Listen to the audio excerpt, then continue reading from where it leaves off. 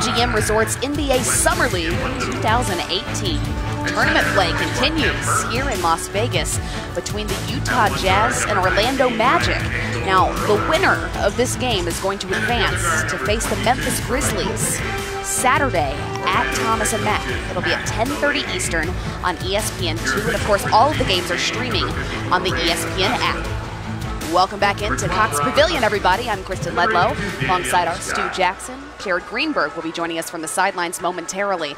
But Stu, some pretty disappointing news. A few of the guys that we were looking forward to playing are not going to be playing. There's no Mo Bamba in this one. There's no Jonathan Isaac in this one. There's no Grayson Allen in this one. So who are you going to be watching? Let's start with the Orlando Magic side first. Well, I'll tell you, that just spells opportunity for someone else is what it does. So, you know, as I look at this game in the Orlando Magic, I'm looking for some guys to step up. I mean, you have a guy like Wesley Iwundu, who's a second-year player for the Magic, and has had what I think is a not as good a summer as he would have liked. This is an opportunity today for him to step up. Or Troy Caupain, who is an undrafted player in 2017 out of Cincinnati, who's averaged 12 points a game in a summer league. Is it a chance for him to step up his game? And then on the Utah Jazz side, again, you're looking for people to step up, and the key player for me there is Georges Niang.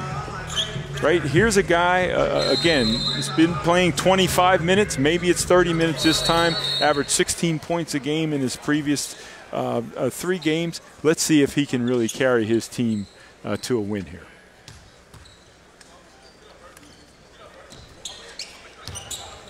The Magic with the first possession after a little bit of a trip up with the tip. I hope that's not an indication of the game to come, Kristen. I think as long as you don't mention it the way you did in the last game. Yeah, we want this game to be up in the air as well. We talked about Iwundu, that's and exactly what you said you right wanted off to the see bat. Early on. This game could spell opportunity for a guy like Wes. Well, I think he knows that he needs to step up here if they expect to win this game. Whoa, 3 early on. Good 3 there by Mitchell Long.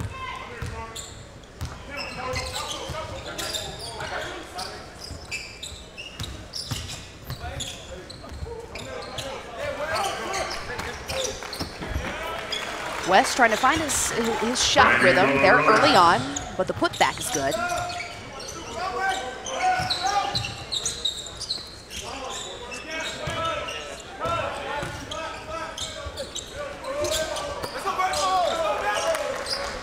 Well, that's classic Georges Niang there.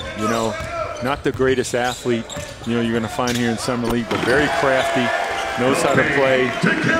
Good attempt at the rim there, trying to use the rim to protect himself. Speaking of rim, how about Khem Birch? It's getting later, Stu, and the jokes are going to be headed downhill. Pretty impressive, though, the Orlando Magic as a whole, not just this Summer League team, but the draft picks that they've made, as long and as athletic as these guys are. Yeah, and you got to display there that athleticism, but you look at the Orlando Magic and their regime down there with John Hammond, Jeff Weltman. Does that name ring a bell? They were in Milwaukee when they drafted a guy by the name of Giannis Antetokounmpo. Wow, you nailed it. So they like length. They like length, and it appears to me they're trying to establish the foundation of the Magic based upon defensive length, the same way as they did in Milwaukee. Well, I was taking a look at the Magic's picks in this draft. Each one of those guys at least plus 8 inches from his height to his wingspan. Incredible, the length, the athleticism. Yeah, and you add to it last year, who'd they take? Jonathan Isaac. That's right. Again, one of the largest wingspans in the draft in 2017. And where did he play, Stu? In Tallahassee, Florida, at Florida State. Well, I only know Tallahassee for one thing. Me? It's the home of Kristen Ledlow. And T-Pain I don't know what else they're famous for. There's the length. Well, comfortable, sitting aside. Yeah, length doesn't look as well when it's sitting down. It really doesn't. But we were told prior to this game that this was a combined decision between the medical and the coaching staff because of how much these guys have had to play just in these last 9 or 10 days. Yeah, it's a sound decision. I mean, listen, they've had 6 practices, 3 games in 9 days. And, you know, particularly for a guy like Bamba, you know, coming out of 1-year college, he's not used to anything like that. And so if it's a precautionary measure to give him rest, while I'm not in favor of necessarily giving young players rest, I do think it's prudent, you know, on the Magic to just sit him down, let him watch. Perhaps he plays another day. What do you expect from him, though, thus far in his rookie season? What are reasonable expectations for him in Orlando? You know, I would expect one thing from Bamba, and that is to impact the game defensively for the Orlando Magic during the minutes that he gets. You know, to me, he's not a 32, 36-minute-a-game player. But I'm talking about when he's in the game, impact the game defensively. And listen, you know, I don't think it's out of the realm of possibility that Bamba split some time between the parent club and the G League.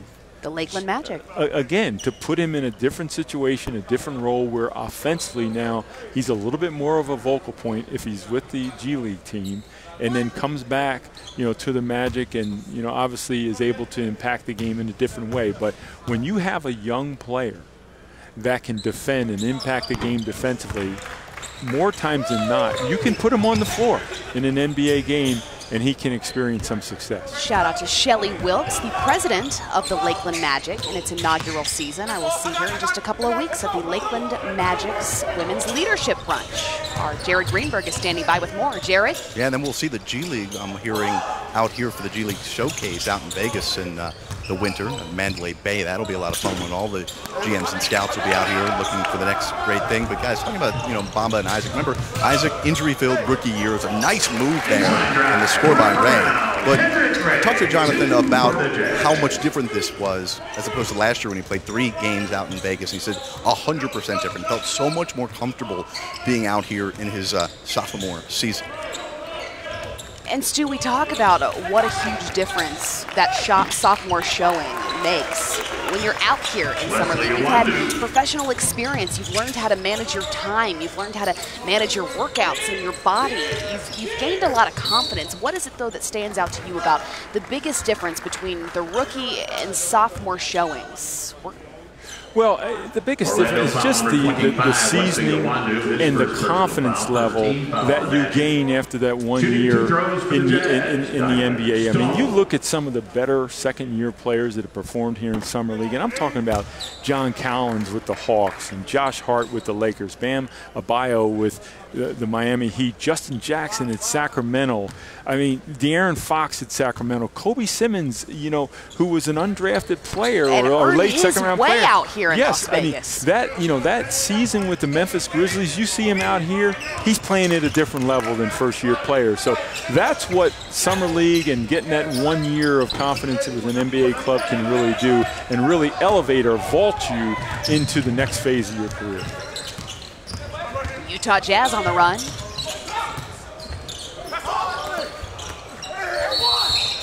And a foul's called.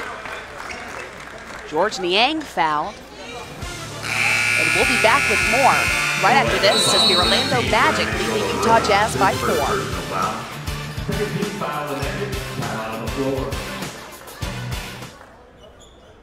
All right, out of our first time out here between Orlando and Utah, we were just talking about the Magic deciding to rest 2 of their bigger name players, Mo Bamba and Jonathan Isaac, due to the compact number of games they're playing in a short amount of time. How about the Utah Jazz? Remember, they hosted 3 Summer League games before they even got to Vegas, and Grayson Allen didn't necessarily have the best showing in terms of shooting, and he's officially listed out due to rest today. But it is worth noting that during the pre-draft workouts, he did suffer a bit of an adductor strain. So the team taking it easy with him, building up to him being able to play in back-to-back days. Remember, guys, they're hoping that he can add to what is already a great package of guards in the backcourt for Utah, guys that can shoot, do a little bit of everything. But so far, Grayson Allen shooting just 23% in 4 Summer League games.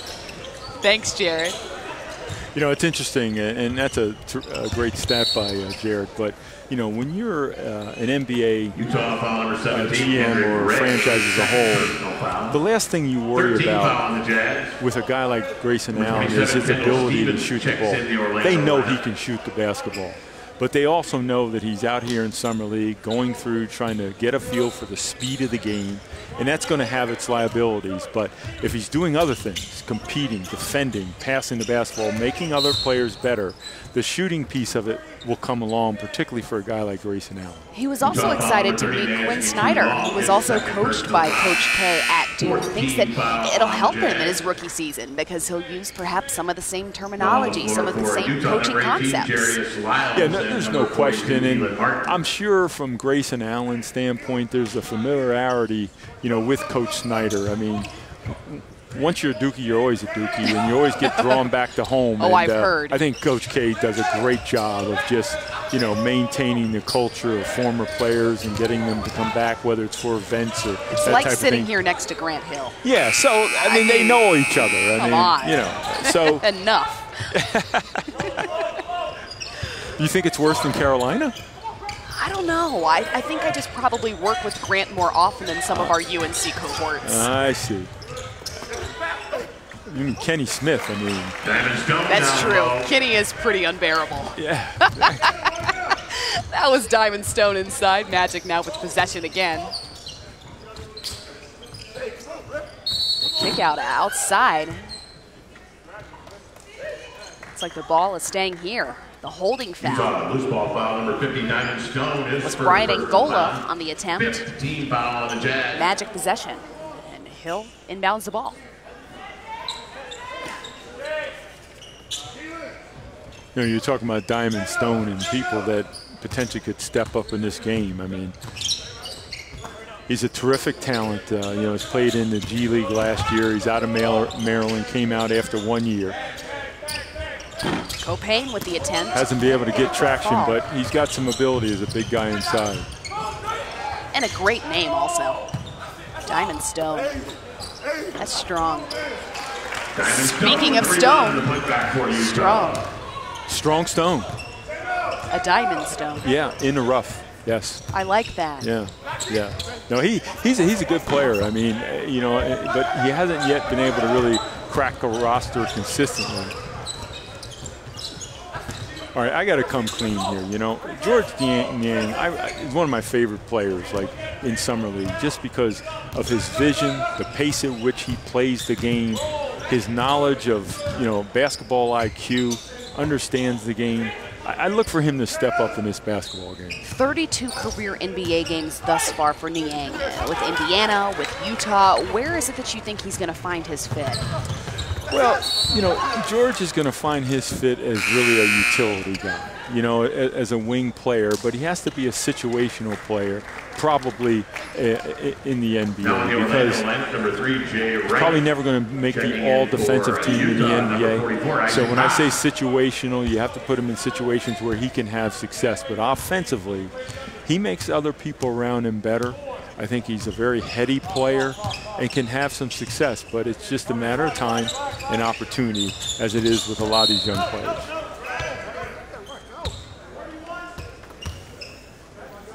Another foul's called, this time on Niang. Utah foul number 31, George Niang.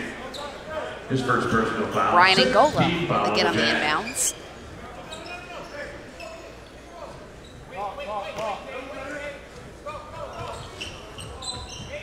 Into Jay Wright. Wesley Iwundu. With the travel call. Go say it, Kristen. He had happy feet. Oftentimes, again, just doesn't sound. It's not as pleasant as it sounds. Yeah, but when players make that catch, they want to go before they're ready to put the ball down on the floor, and they pick up that back. They pick up that back foot. Actually, for a referee, should be unhappy feet. Yeah, for a referee, it's not the easiest thing to catch. From the corner, Jerry Sliles. A 10-0 run by the Utah Jazz. Timeout. And they now have the 5-point lead, 17-12, here with 2:46 to go in the first.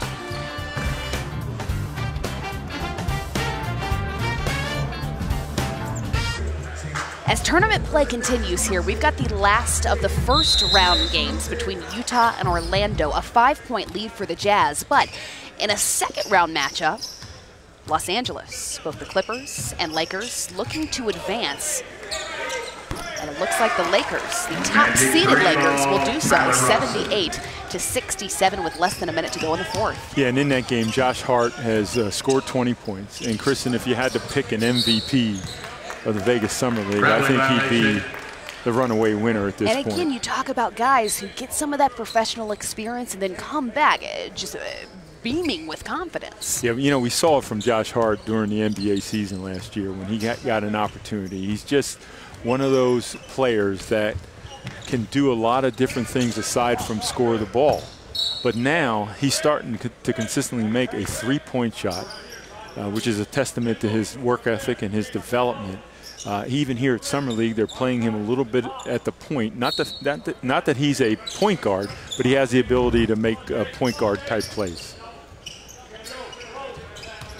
Our Jared Greenberg is standing by. Jared. Sue, New York City has called, and they're wondering how you could put Josh Hart ahead of Kevin Knox for MVP considerations out here in Summer League. Everything's bigger in New York, isn't it, Jared? Oh, Kevin Knox. It's been a while since he was there, all right, Jared? Google it. 2 minutes remaining in the period. 2 minutes. I'm sorry, Knickerbocker fans. Yeah. Just the seamless transition back to the call. You see that right there? That's broadcast professionalism.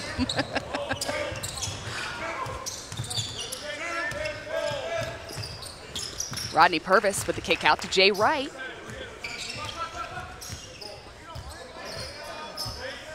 Magic have fought their way back in this game. The mid-range jumper won't go. Jazz headed the other way with a 2-point lead.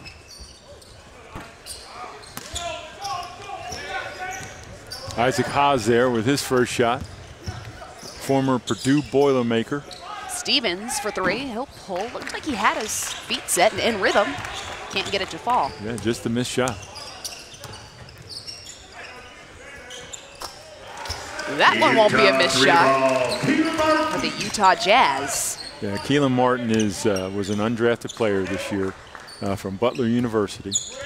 Has the ability to shoot the long-range shot, can put it on the floor. Again, can't emphasize enough. There's opportunity in this game for guys to step up. And you work in and around the Big East all season long. He was all Big East first team this past season as well. Yeah, he's had an outstanding career at Butler. You know, he's 6'7", got good size for his position. Probably a potential two guards, small forward.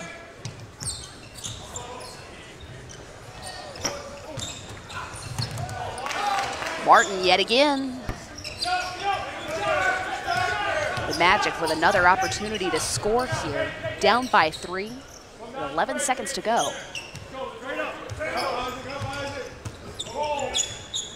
And a foul to give. Wright looking to create and does from the mid-range. Knocks it down and cuts that deficit to just 1 as time expires. And Hill can't get it to fall. The Utah Jazz now leading the way 20-19 over the Orlando Magic. Coach Steve Clifford also in attendance. We'll be back for the second quarter.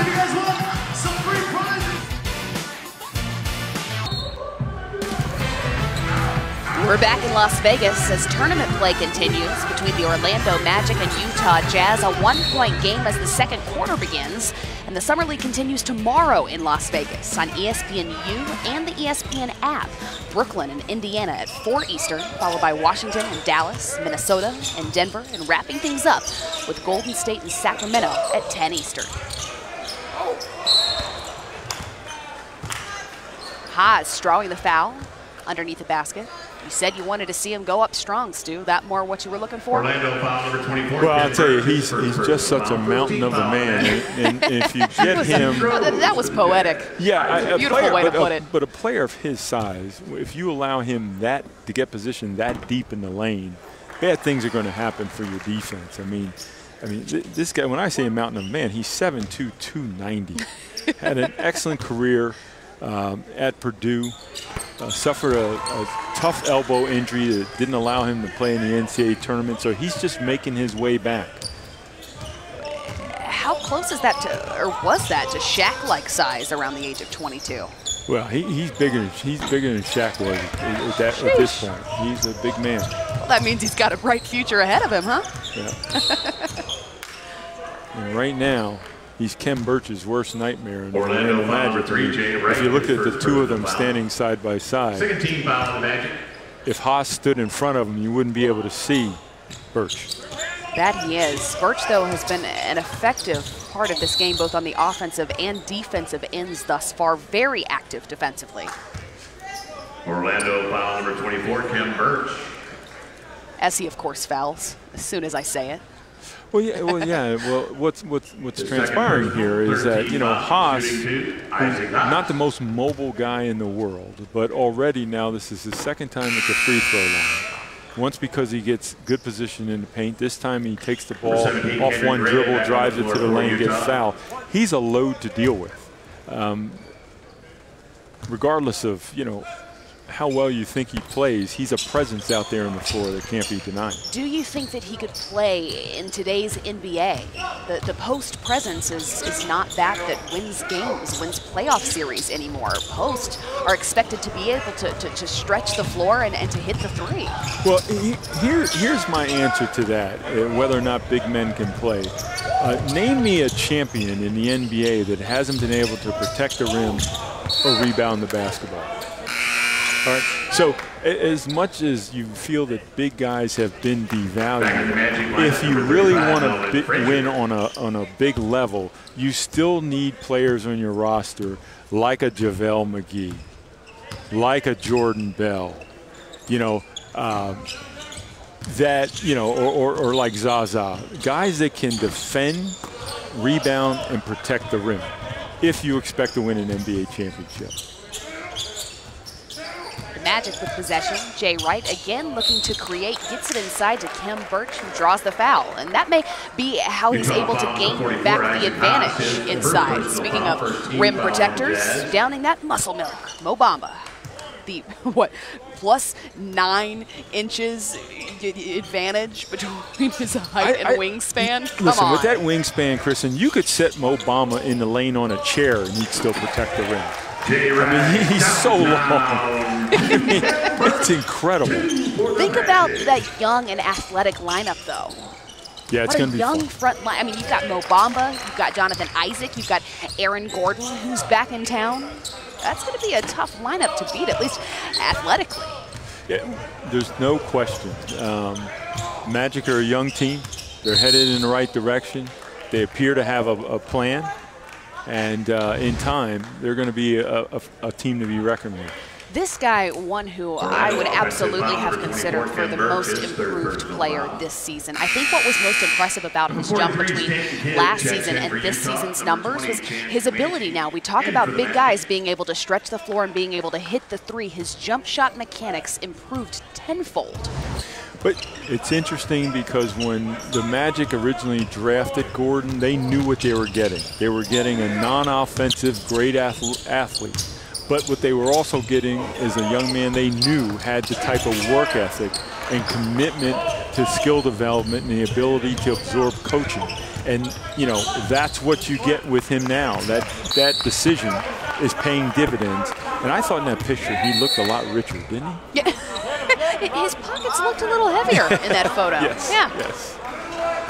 Must be nice. No, congratulations to Aaron Gordon. Very much deserved.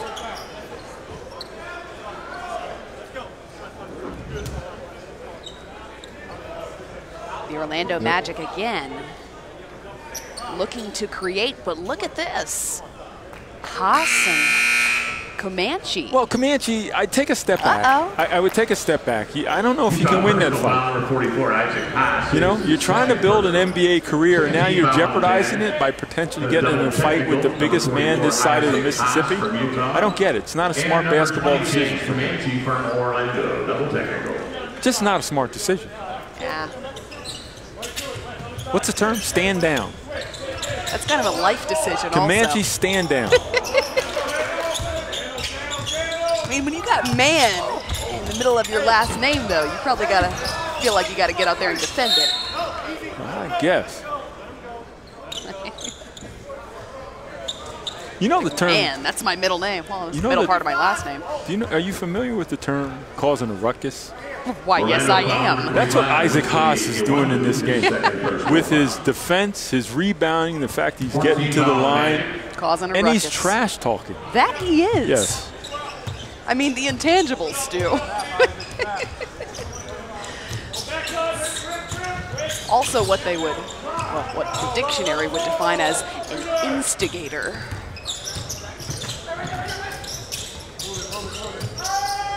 You open up Webster's, it's just him smiling. Good defensive energy here with the Magic, though, in that possession. I mean, you have these guys, you don't have some of the bigger names, so to speak, out here playing today. But what you have is you have 10 guys on the floor that are committing themselves to defending, guarding. There it is again. Haas, again, getting back to the line. Draws the foul on Comanche. Comanche, his second personal. 15 foul on the Magic. These are his 5th and 6th free throws thus far. He's averaging nearly 15 points a game thus far in his summer league stint. 62% from the field and nearly 6 rebounds as well. So just those numbers alone telling you about his ability to take advantage of the paint.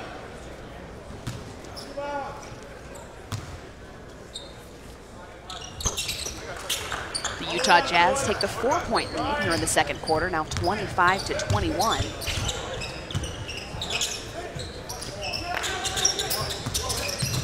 Copane back to a Wundu.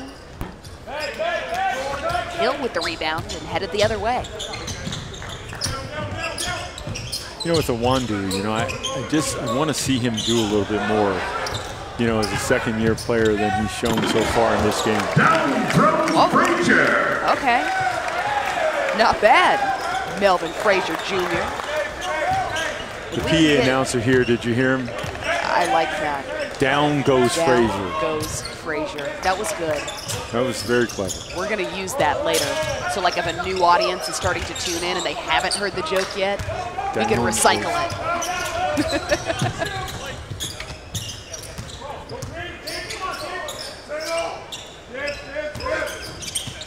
Frazier looking to go back to the rim, gaining confidence. Can't get that one to go, but the fight inside. The Jazz come up with it, headed the other way. Ray back to Haas up top, but he'd probably like to get inside the paint. Kidd on the drive, but Jay Wright comes up with a steal. He'll keep it. Copane there for, well, a couple of rebounds and can't get either one of them to fall. Yeah, I like the fact Copane didn't give up on the play, though. Looked like an easy layup. Got the offensive rebound. Just an unfortunate miss on the shot.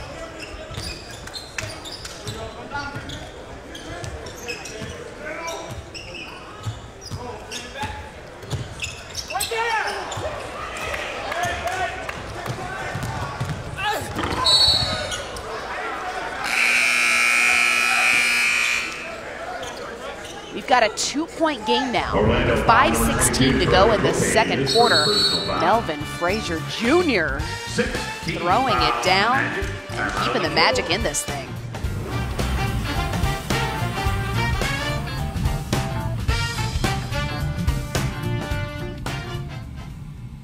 With the Magic and the Jazz in the second quarter, and we figured we'd get a new experience. They're coming into the stands with first-year head coach of the Orlando Magic, Steve Clifford. And we did it here, Coach, strategically because we got your bosses around here. If you want to earn some bonus points, suck up a little bit, say some nice things about Jeff Wellman or John Hammond, you know, feel free to do so. I may do that. Yeah, it's good.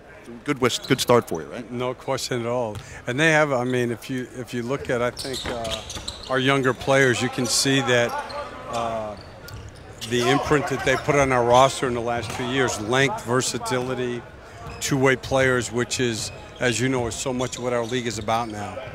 Well, two of the stars that we're hoping to see today, but unfortunately, due to long-term decisions, want to rest Mo Bamba and Jonathan Isaac. What did you get out of them when you did see them on the court over the first couple games out here in Vegas? Well, Jonathan, you know, our staff's been there for probably around 5 weeks. And Jonathan has been there every day. And I thought he has had a terrific summer league. Like, the games are important, but it's just as important, especially your first year, that also is the practice part of it. And establishing a way that we're going to work during the year. He is very bright, and I thought that you could see week by week his improvement, and he carried it over to here.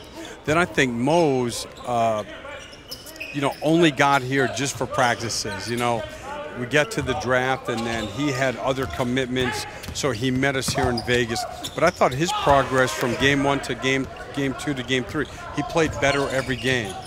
He's very bright. Obviously, he has a defensive component, but I'm also excited about what he can be offensively.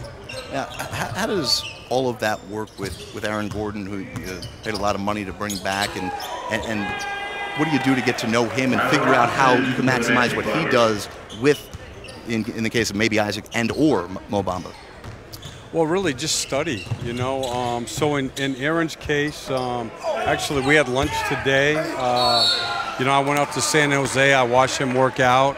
I think that's what we've tried to do with our staff, with all of these guys, is get to, you want to start the coach-player communication, before we start training camp. And then the other part of it is obviously it's the study, sitting and watching game tape so we have an idea of their strengths, where they want the ball, who plays well together, things like that. So, that will give us the best chance to have a good plan for training camp. It was such a tough year for this Magic team last year with all the injuries that were suffered and the kind of inability to get going because of that. Is there anything that you and the front office have kind of started to do over the summer to either kind of identify what was going on or ways to almost prevent some maybe injuries that you could have? I mean, the number one thing there were significant injuries. It wasn't like it was, pulled muscles or things. They had, Terrence Ross 29 games, Jonathan 27 games. They had significant injuries.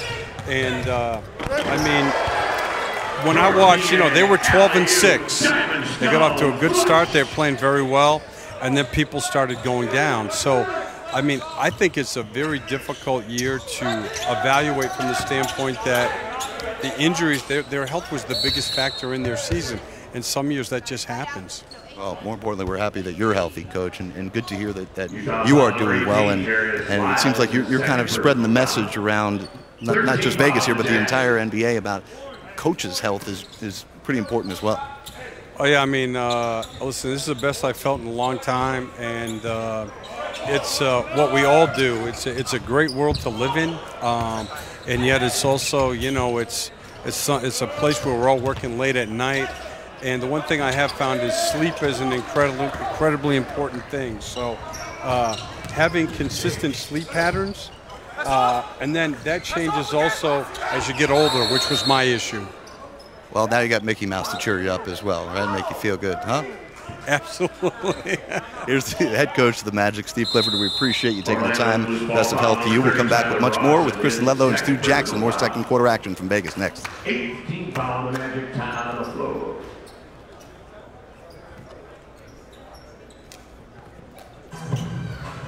Utah Jazz lead the Orlando Magic 31-27 here with 2:37 to go in the second quarter. I'm Kristen Ledlow alongside our Stu Jackson, and our Jared Greenberg just spoke with head coach Steve Clifford. A lot of major moves on the coaching carousel that could make some huge impact in the Eastern Conference this season. Yeah, it was an excellent interview by Jared of Steve Clifford, and I really feel that the Orlando Magic, we talked earlier about Mike Budenholzer, but the Orlando Magic made a great hire with Steve Clifford. Because I think what Coach Clifford will bring is a defensive mindset to the Orlando Magic that they haven't had in recent years. And I think it's an outstanding hire. Things didn't work out in Charlotte, but it was not for a lack of success. His teams played hard, they played consistently, and they always stayed in ball games. But you look at that hire, the one with Mike Budenholzer, who offensively I think is very innovative in Milwaukee. You'll see Antetokounmpo develop a little bit there. And then Dwayne Casey in Detroit. Dwayne Casey in Detroit, I think, will bring the same thing there that he did in Toronto, and that is in terms of the development of a group of young players. When you're talking about the Stanley Johnsons and Henry Ellisons and Kennards of the world in Detroit, I think it was a perfect hire there. And together, those three coaches potentially could alter the landscape in the Eastern Conference. The Jazz still leading the way here, 32-27. 2:05 to go in the second quarter. And Stu, while Jared was talking to Coach Clifford, Utah missed 14 straight field goals, but it was 9 free throws over that span that kept them in the lead. Well, yeah, you know, one of the things you want to do as a club is that you want to obviously account for the fact when you don't shoot the ball well from the perimeter. And the way that you can do that is create extra possessions for yourself, you know, in the offensive glass, getting defensive stops, and getting to the free throw line, because it can help you wade through bad tides during a given game. And that's what you see Utah doing right now. Niang on the keeper. He'll get it to go in transition.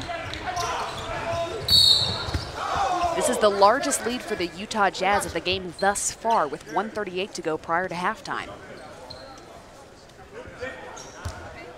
Utah foul number 50, Diamond Stone, his second personal foul. A second personal foul for Diamond Stone. Yeah, that was just an inadvertent foul. I don't think you know, their feet got tangled there. Unfortunate foul. The referee has to blow the whistle on that type of contact.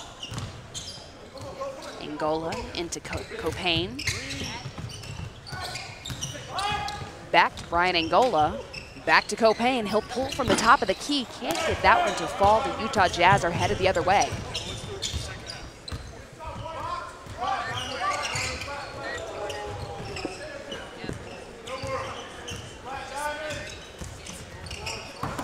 Long on the keeper. Yeah, Mitru Long, that was an excellent drive and finish at the rim there. With the reverse. A little bit of a crucial point in the game here for the Orlando Magic. Frazier with the attempt, but the putback is good. Comanche. Key putback there, a stop and another score. Cuts the score to 5 here, possibly 4, and you're feeling good about yourself going into the locker room. But you give up an open 3 to George Niang. That's not what you want to end the period.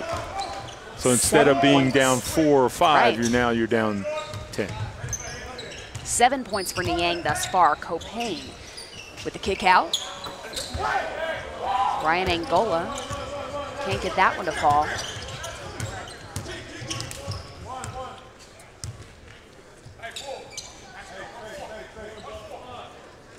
A 5-point differential between the shot clock and the game clock. The Jazz, you want to take as much time Lyles off the clock on the here drive. as you can. Fanny drew the foul, Stu. Yeah, it was a great drive. They went 1-4. What you heard him saying, 1-4. So it's a point guard and 4 across. Why? You don't want a lot of movement in those situations because you don't want to turn the ball over. You just want to make sure you get a solid shot opportunity to end the half. Jarius Lyles, undrafted after 4 NCAA seasons. He was America East first team in 2018, the America East tourney. 27, Kendall Stevens. Most outstanding player as well, and led all scorers with 28 in the first 16 seed upset over a 1 seed in the NCAA tournament. Yes, indeed. And Stone. we all remember that. Yet again. Diamond Stone with the rebound and the putback, dominating the glass here. Copane trying to make something happen in the final moments for the Orlando Magic and can't. The Jazz finish the second quarter on a 14-2 run. Diamond Stone leads the way with 12 points and 9 rebounds. The Utah Jazz now leading the Orlando Magic 41-29. Halftime's next.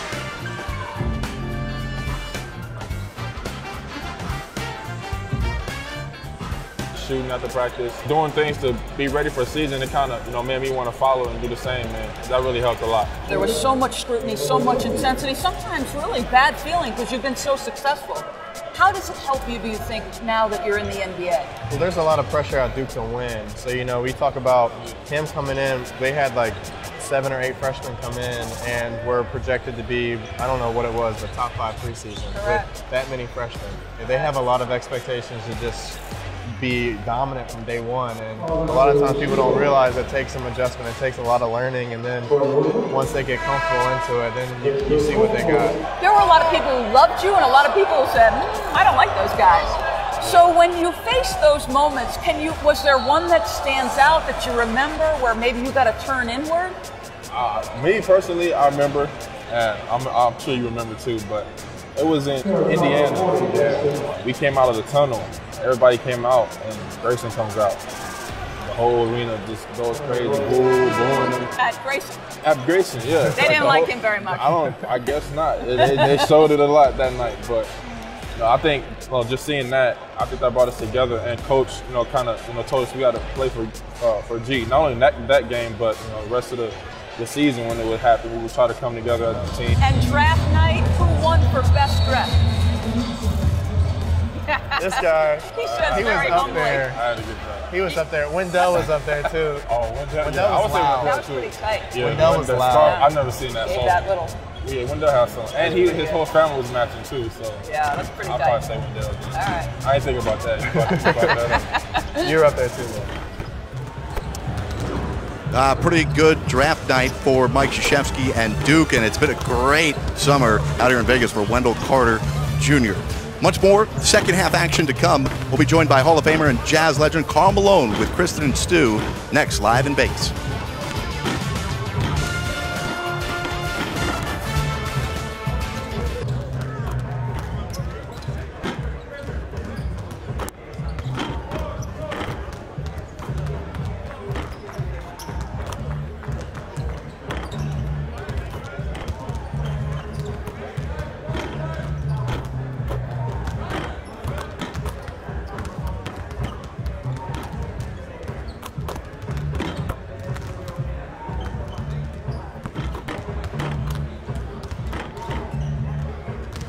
MGM Resorts NBA Summer League 2018 here in Las Vegas. As tournament play continues, the Utah Jazz hold a 41-29 lead over the Orlando Magic.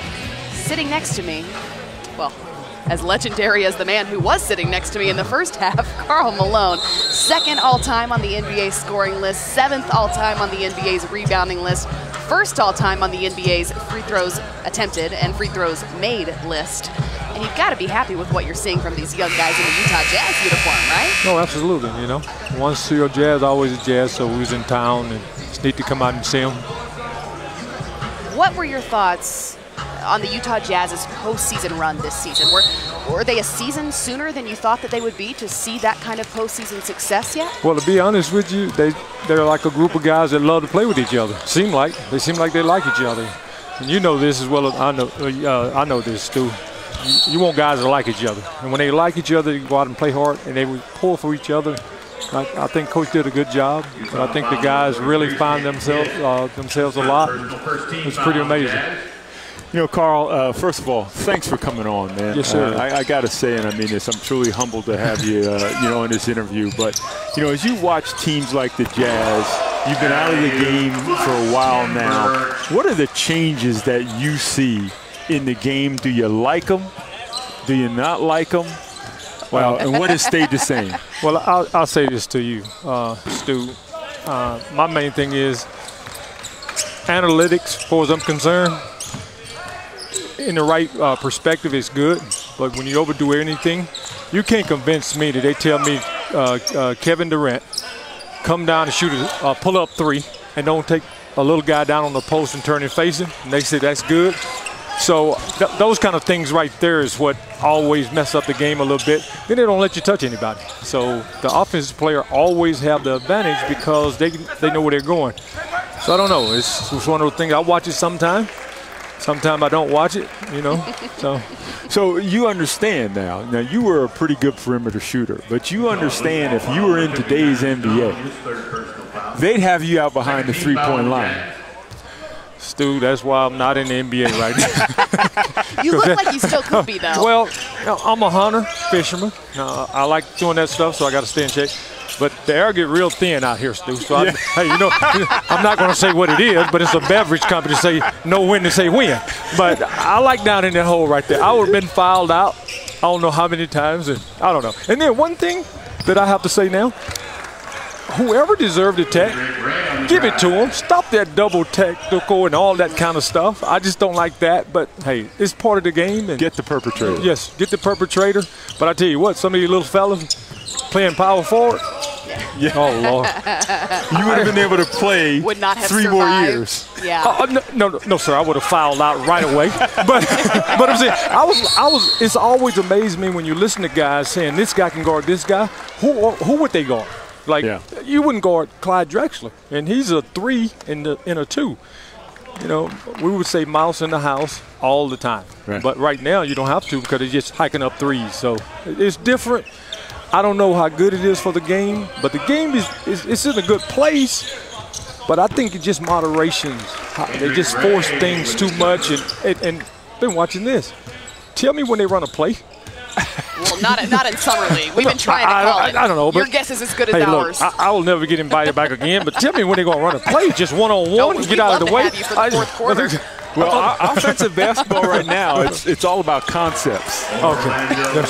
No, it's all about who's coaching. Go ahead. I'll put y'all on the spot right now. Tell me 5 coaches in the NBA right quick. Just rattle them off. In Summer League? No, just in the league. Oh, in the league, period. I was like, wait a second. What? Steve Kerr, Ty Lue, Steve Clifford. You put me on the spot. Quinn Snyder. You get nervous. She pulled Quinn Snyder. Oh, Coach Popovich. Okay, you should have said that first. You don't wait him to last. He's not typically on my mind as a sideline reporter. You know, we've got a bit of a rough relationship. That's okay. No problem. I love him, though. I love his interviews. When y'all go to interview, you give one word. They ain't messing with you guys. Right. But he's one of my favorite. Him and Coach Sloan, they're my favorite. But the game, we get back to what you were saying, the game is good. But to me, and when's somebody going to lift some weights around this place? God. But anyway, fair point by just you. me. They're smaller than I am these days. You know, Carl. You're out here today watching Summer League, and you see these young guys. And as you reflect back when you were a young guy, and you probably didn't play, as I recall, you didn't play right away. No. So what would be your advice to these young players as they begin their career in the NBA? I would tell every young guy here, work hard, leave it all out there, be respectful, number one, and act like you love the game. And it's not a fashion show. Seriously. You just go out and play the game. If you want to get a coach on your side, listen to him in the huddle, play the game the right way, play hard. Play hard. Don't play dirty, play hard. And it'll be over with like that. Seriously. It's like you think you can play forever. And then whatever you do, take care of your money. Because when that last check, I don't care if you make $30 million your last year. Your last check is your last check. And be around people you can trust without all these agendas and stuff like that. Be around people you can trust and enjoy the moment. Enjoy the process, but work your butt off. Yeah. What are the qualities that you think could perhaps translate from Summer League success into the NBA? I'm sorry? Some of the qualities that you notice about these young guys out here playing in Summer League, what are some of the qualities that you think stand out to you that you think could translate to the NBA? Well, one thing can translate to the NBA. All these guys are trying to make a team. Balls on the floor, get on the floor. Yeah. Right, get on the floor. If you're going out of bounds, get out of bounds. Pass make an extra pass, and take the easy shot. It's just simple things, simple fundamentals about basketball. But I want to say something right now. I am so tired of all these AAU things going around. It's just a lot. It's a money pit. It do not help the NBA. I don't care what anybody say. You can get more out of finding a coach, having your child one-on-one instruction instead of a lot of one-on-one ball hog and stuff like that. That's what I think. The AAU traveling basketball have not done anything justice, college either. That's just my humble opinion. It's also changed the culture of basketball. It have changed the culture. What it's telling you now is just go dunk. You're going to get on this network, just go dunk. The fundamentals of the game, the pass, everything is just a pass and a shot. Like put the ball on the floor. Whatever happened to the jab step, those things right there. That I have another one for you. Yes. A V cut in the post to get open. No. Well, everyone just no. Right. You got to change direction. If the guy's sitting there playing you got to get eye contact with your teammates. It's all those kind of things. And then, do you stay after and work on your game? Do you stay after to work on your game? A lot of these guys don't. And I was working with the Jazz one time, but my goodness. Okay. Yeah, we'll have to break. No. We're going to have you stick around, We're though. going to have you stick He hears around. in his head, wait, we have to go. Right. Okay, well, in 5 seconds, yes. But we're going to bring him right back, don't worry. Hey, I heard he's about here. Come on, break. I got you.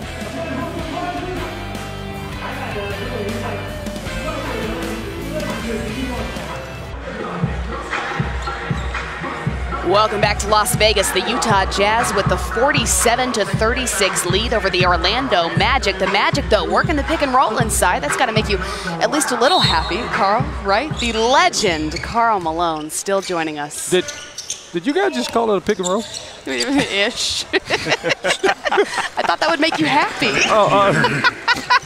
Sure didn't. I guess it would if they would put a body on somebody. My goodness, that's a pick and roll. You got to set a screen. Oh, yeah, set a screen first. You're going to get the ball back. Where was the pick? He didn't roll. But he did dunk, so okay. That's good. He'll be on the highlight tonight. Okay, so I do want to ask you, Carl, because you are second all-time on the NBA scoring list. I shot a lot. LeBron James, that's fair, is 7th currently.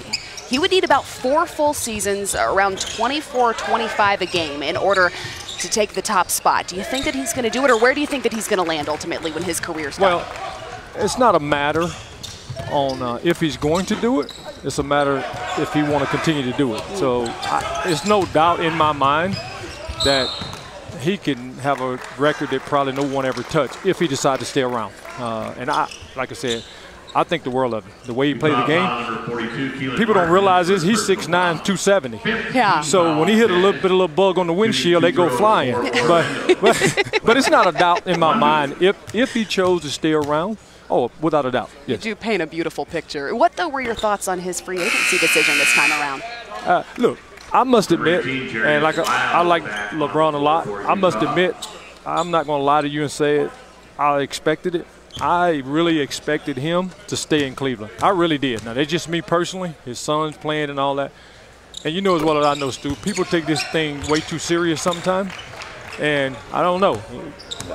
Every person want to be able to go back home, but you know how people were the last time he left. He left different this time, but I did not see that coming at all. I really didn't. But, hey, he haven't made any bad decisions, too many bad decisions, I don't think. No, he hasn't. But the thing about it is he played the game hard. He played, and I love to watch him play. He get all his teammates involved. A lot of times his teammates not ready, but I did not see that coming. But I will say this, and I need to say this. My year with the Lakers, it was nothing but pure class. So him going there, he's going to class. And I tell anybody that the way they treated me and my family there, and it's just amazing. So him going there, he's going to help all of his brands as well. So. Well, 6 of 8 of the all-time leading scorers in the NBA have played for the Lakers at some point. Do you think that perhaps some of that is continuing to solidify his legacy?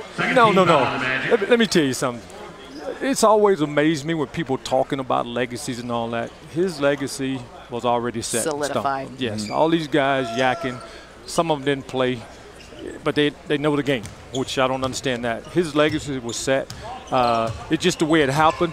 And you guys are amazing because y'all keep up with all the stats, you know. So, but I need you to share a stat with me because you're talking about brands and legacies and longevities. All right. As it relates to LeBron. But part of your brand as a player was number of consecutive games you played, how many years you played without injury, without rest. Compared to an age today where, you know, analytics have taken over and rest is at a premium. Talk about the difference in that era and this era. I don't agree with just about none of that. Not against you. Yeah. Number one, rest. No, you rest when you die. And tell our soldiers, and tell our soldiers to rest. Yeah. So when Commissioner Silver stepped in and say, stop all that, I commend him for that. And then number two, when you're hot, when you are scorching hot and you just throwing it up and it's going in and the basket look like it's just huge, I would have fought you, unless it was Coach Sloan, to take me out of the game. It's no way. I want to stay in the game when I'm hot. Well, apart from your very last season, you did play at least 80 games every single season. We'll be back with the last couple of minutes of this third quarter with Karl Malone right after the break. Great stuff.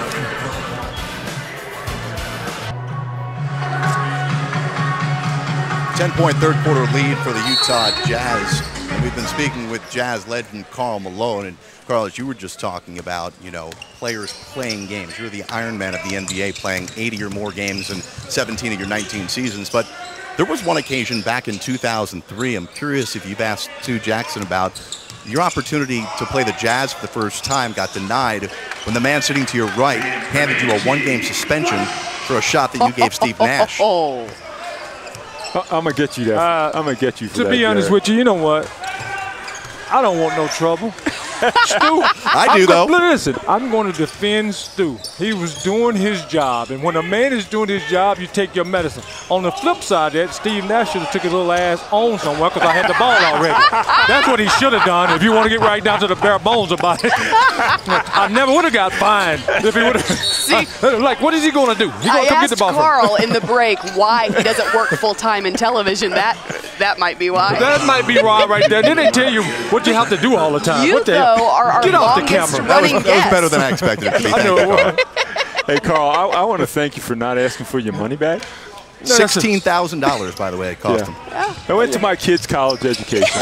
You know what? Why do we have to bring Pocketed up it. numbers all the time? Okay, what's it, 16? It was actually a little more. I get you the exact amount. It was $16,666.67. Hey, stop it. Stop it. Hey, Carl, Yes. I'm sure a lot of people out there are really interested on what you've been doing since you retired. We know you hunt. We know you fish. Are you doing anything business-wise, or what are your plans for the summer? Well, summer, we're leaving here and going to our place in Alaska for a month, me and the family fishing. But we own Toyota, Dodge, Mitsubishi, Polaris Motorsports in Heber, our Karl Malone team. We have a body shop. Back home we have timber. Just opened up our Legends cigar and vape shop, me and my daughter. Karl Malone, 511 by Karl Malone signature stores. And so it's been good. It's been a blessing for us. And then I have 7 grandkids. Goodness. Oh, I got 4 boys and 3 girls.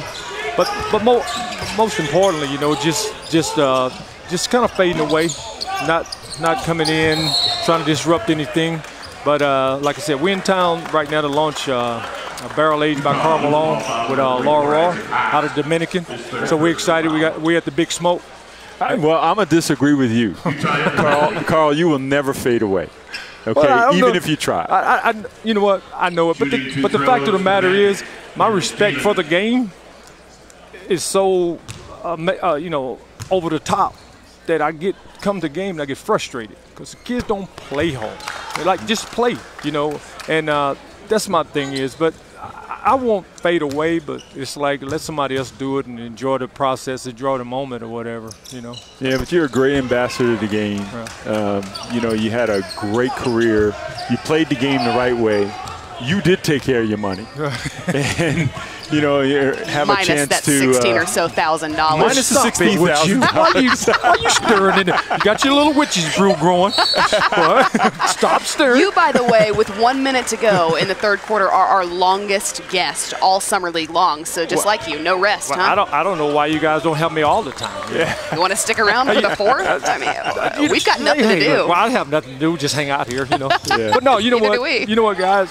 For you guys, and just listen to you guys do the game, and y'all doing it the right way. You call them like you see it. I like that. So some of them hit the mute button. I do like the players only sideline. Yes. I really like that because Very those good. guys, you understand what they're talking about. Yeah. And it's amazing. Then I like to watch the guys, you know, in studio and on, you know, sideline. But I really, whoever came up with the players only, it's amazing to me. It's Well, pretty cool. you know, we would be remiss if you didn't give one shout out to Dennis Scott and say players only. Dennis, players only, my brother, players only. He's going to love that. Now, I will be remiss. My daughter's my partner, and we have a slogan at Legends, our cigar and vape shop in Ruston, Louisiana. It's new. Our saying is "Smoke 'em if you got 'em." So my daughter's watching this, so I had to say that. I had to plug that. And it's Legends or whatever. But, you know, that's what I do now, man. I train. I have to train. I am a better human being when I go train. Yeah. If I go 4 or 5 days, it's like a big old bear that hadn't ate. Well, you look great. You do. You look great. And that's a life lesson. Smoke them if you got them. Smoke them if you got 'em. Hey, look, that's our slogan. Smoke them if you got them. But now we're here at the Big Smoke to release our cigar. We've been working on it for 3 years. We got the Jimenez family in the Dominican that worked with us for 3 years, and Hernandez family. So we're excited. It's our big launch that we've been working on. This barrel aged by Karl Malone. Dominican filler and wrapper? No, we got Ecuador wrapper.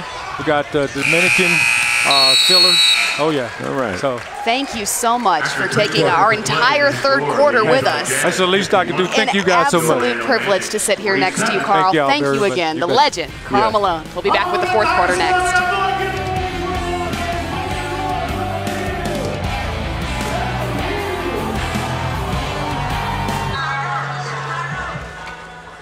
We're back at the start of the fourth quarter with the Jazz holding the 51-47 lead over the Magic. And the Summer League tournament continues tomorrow in Las Vegas on NBA TV and the ESPN app. We'll have a full slate of games for you at 4:30 Eastern, 6:30, 8:30, and 10:30. That the legend, Karl Malone, sat with us for the entirety of the third quarter and said that there was too much three-point shooting in the game these days, Stu. These two teams that we're watching right now have combined 6 of 40 from three. That is good for 15%. Well, in those cases, that's where the three-point shot isn't a good thing. But I thought Karl put it best.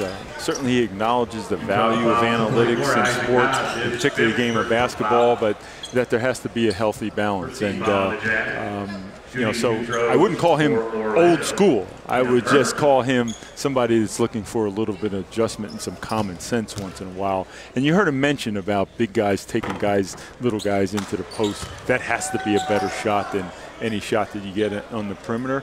And it's a fair point. But it was great having him. Oh, my goodness. Oh, man. That was what a just, character. Yeah. Right? Just terrific. Jared Greenberg?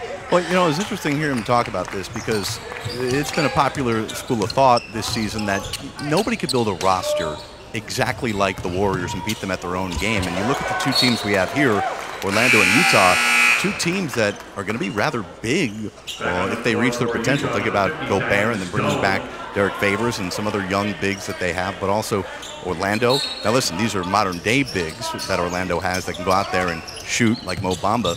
But you just think about it, Stu, and you know, Karl Malone probably is going to like the fact that if a team is going to knock off this Warrior dynasty at some point, they're probably going to have to look quite different than Golden State. Well, you know what, Jared, you bring up an excellent point, and sometimes we have short memories, Jared, but do you remember when the Memphis Grizzlies played in the series 4 years ago against the Golden State Warriors during their run? Yeah. They had the Warriors on the ropes. Why? Because they were playing Pau Gasol.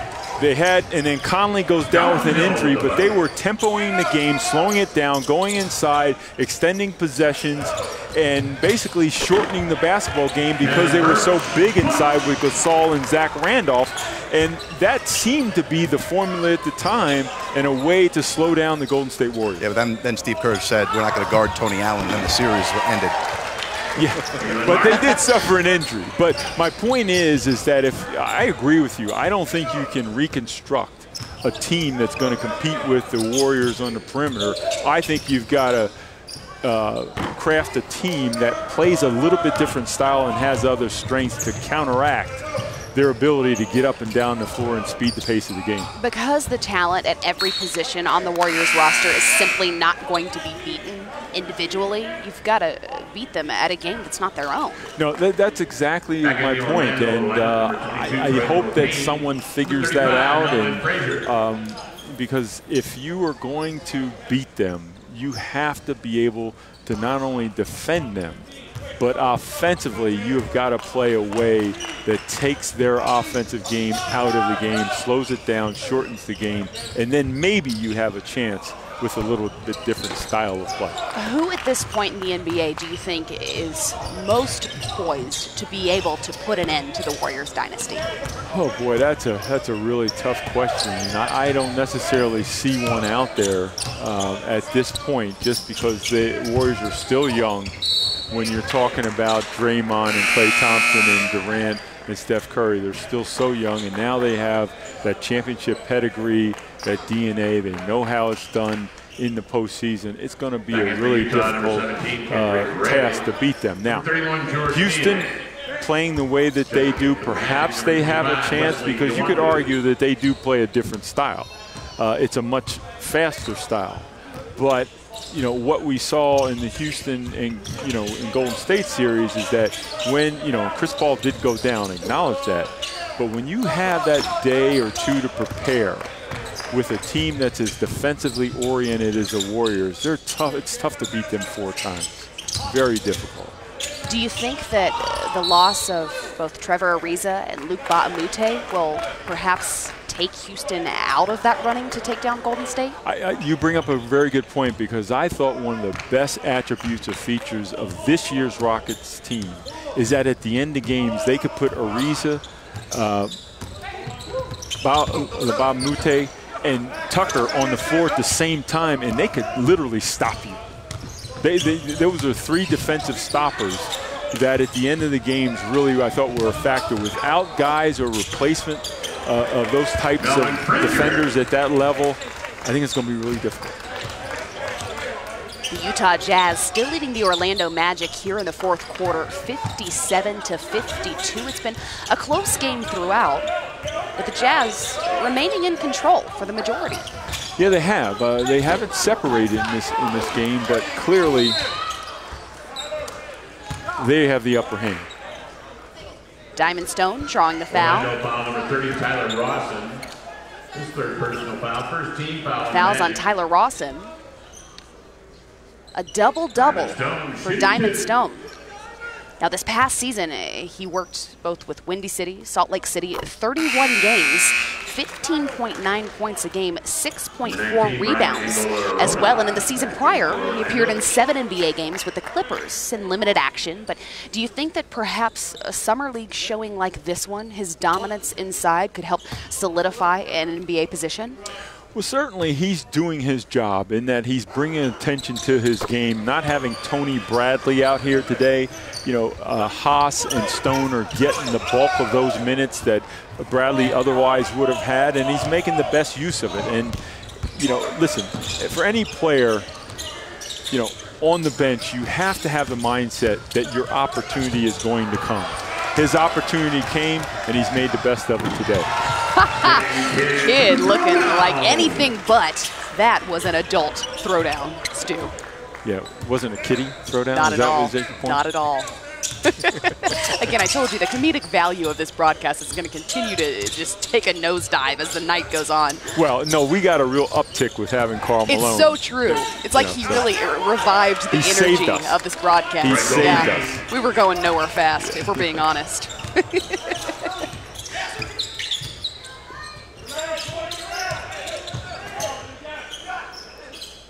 This offense, again, looking inside continually. Ray driving, nope. He's got the happy feet, the unhappy feet. Yeah, not a great possession there. Kidd on the breakaway and throwing it down as the Utah Jazz lead the way over the Orlando Magic 61-54.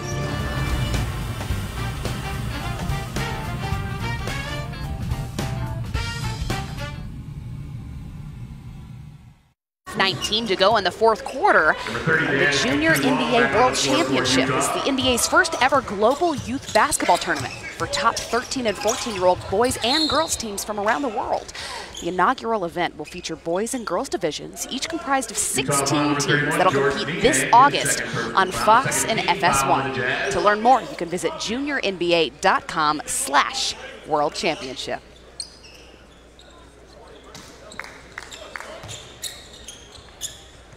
The Magic looking to cut into the Jazz lead here in the 4th quarter with 5:05 to play.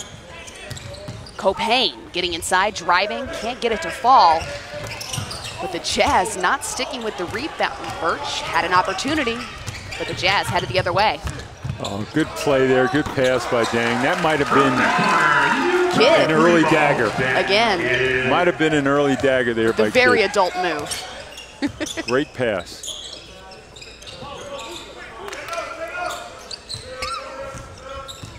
Wes Iwundu pulling up.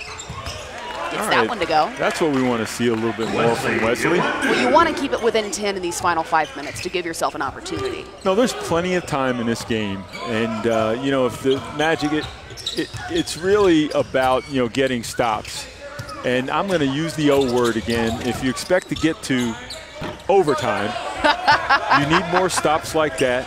Well, folks, go ahead and pop your popcorn, because that word right there means that we probably got it in store.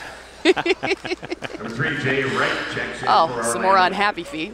Looks like we're headed the other way. Jay Wright checking back into this game.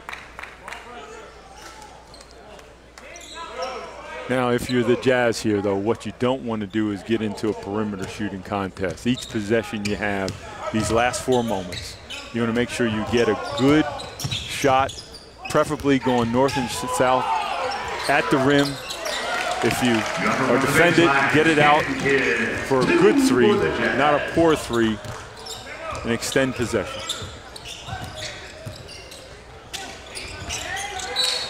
Right inside to Birch. It was knocked out of bounds. Orlando possession.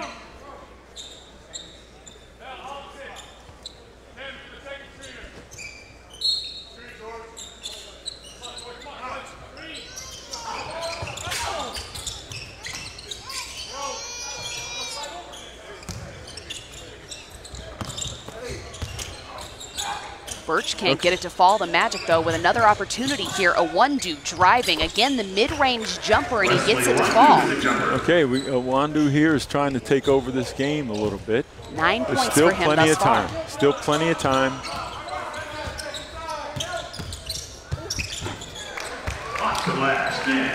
Giving up an uncontested layup, though, is not going to help this. The Jazz again with the 10-point lead now, 68 to 58, and a timeout for the Orlando Magic. We'll be back with the final 3 minutes and 10 seconds next.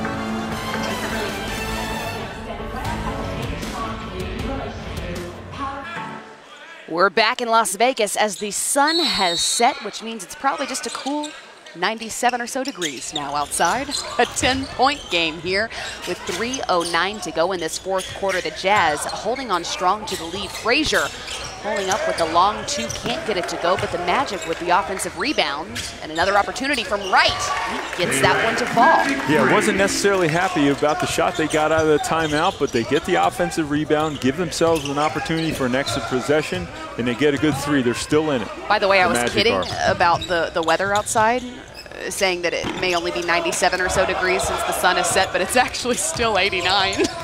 No, you know, I've never experienced a day like this in Vegas. It was actually cloudy all day today. It's nice. And tolerable in terms of the heat.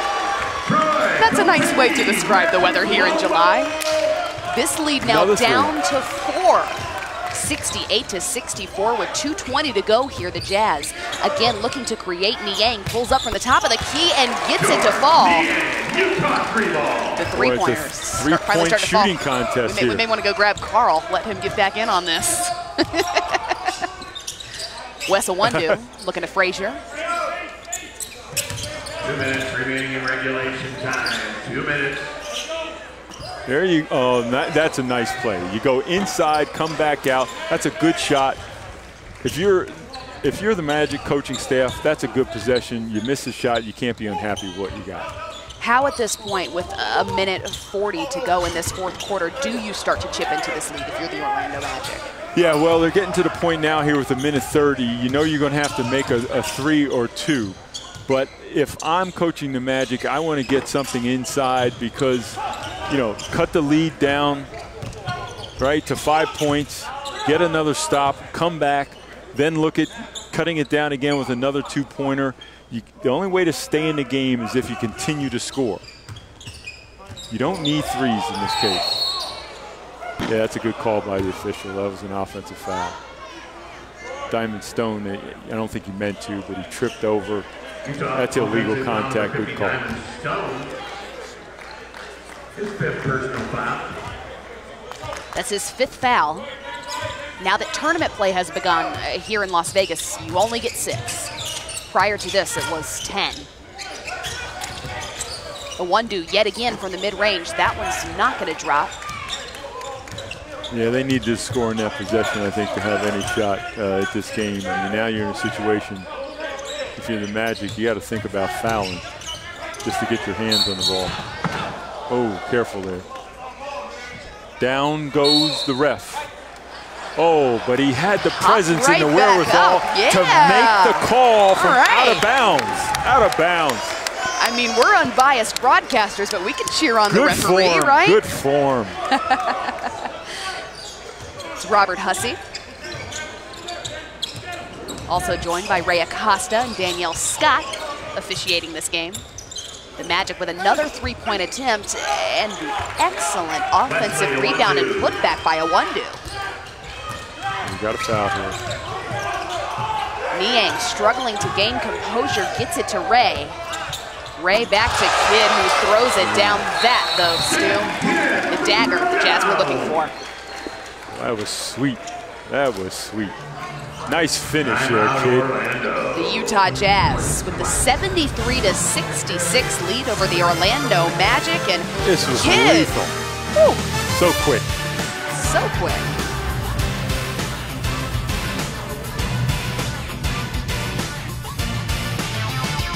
This fourth quarter, the Utah Jazz looking to advance to the second round of these tournament rounds. 73-66, their lead over the Orlando Magic. And some of the Summer League headlines today. The Heat set a Summer League assist record with 29 in their win over the Pelicans. Jaren Jackson, the number 4 pick, had 16 points, 5 of 10 from the field, and 6 rebounds as well. Jaren Jackson looks like he's headed for stardom in the NBA, Krista. He certainly stood out here at Summer League. You know, you talk about the pedigree of some of the players in the NBA and their sons. I know they were talking about it on the broadcast earlier. But you look at Jaren Jackson Jr.'s father, Jaren Jackson, you talk about one tough guy, a defender, a champion, a guy that played the game the right way, obviously has passed along a few things to his son. And, you know, what is the major difference is his son is about 6 inches taller. Yeah. Yeah. And in wingspan and probably another foot. But you know, Jaren Jackson's going to have a fine career in the NBA. Niang with the rebound and draws the foul. Orlando foul number 25, Wesley. These final 15 seconds. Now, if you're the Utah Jazz, what is it that you want to do to not only solidify the win? You've done that here. You've done so here. What is it, though? How do you want to see them finish this game? Well, you want to see them finish making free throws because the Magic are in a situation where they have to foul. Free throws in this situation are pressure free throws, so you got to make them. And you don't want to ever turn the ball over, even if they get it back one more time. But essentially, this game is over. Shooting 2 throws for the Jazz. Naz Mitru Long. Naz Mitru Long on the line. He appeared in one game with the Jazz last season.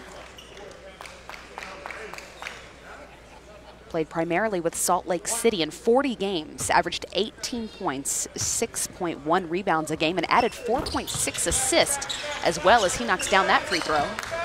And the final 10 seconds here. Wright with the penetration, goes back up. He's able to finish with the left.